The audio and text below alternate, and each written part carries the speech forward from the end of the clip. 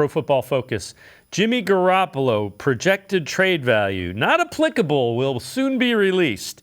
Team fits Browns and Seahawks.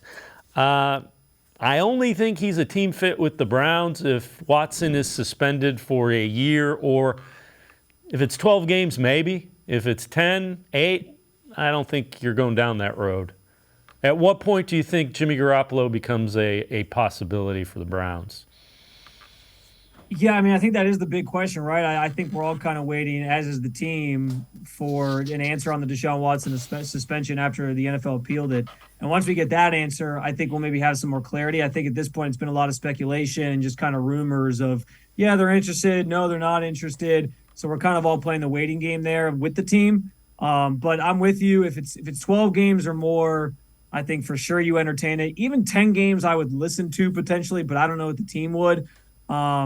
I will say this, like, it's the one thing that's going to get interesting with the Jimmy Garoppolo situation. I've heard this brought up this week is, will Kyle Shanahan be willing to send him to Cleveland after some of the bad blood he had here?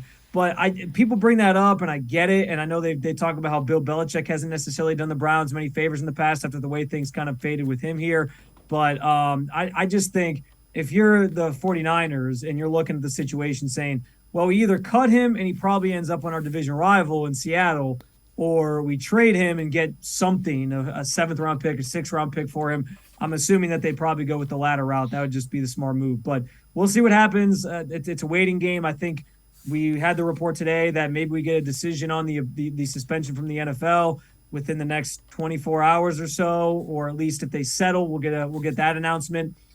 So I think once that happens, that starts the clock on, all right, is Jimmy Garoppolo a viable option? Is this something the team should actually pursue? Or was it all just hot air that we were talking about for the last couple of weeks?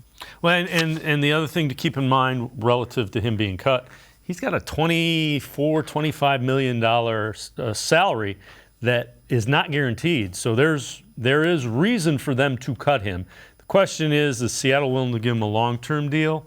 Or does he come to if it's a one-year deal, you go to the Browns because you're going to have the opportunity with this roster to show better than with the Seahawks roster. Now the question is, do the Seahawks throw multi-years at him?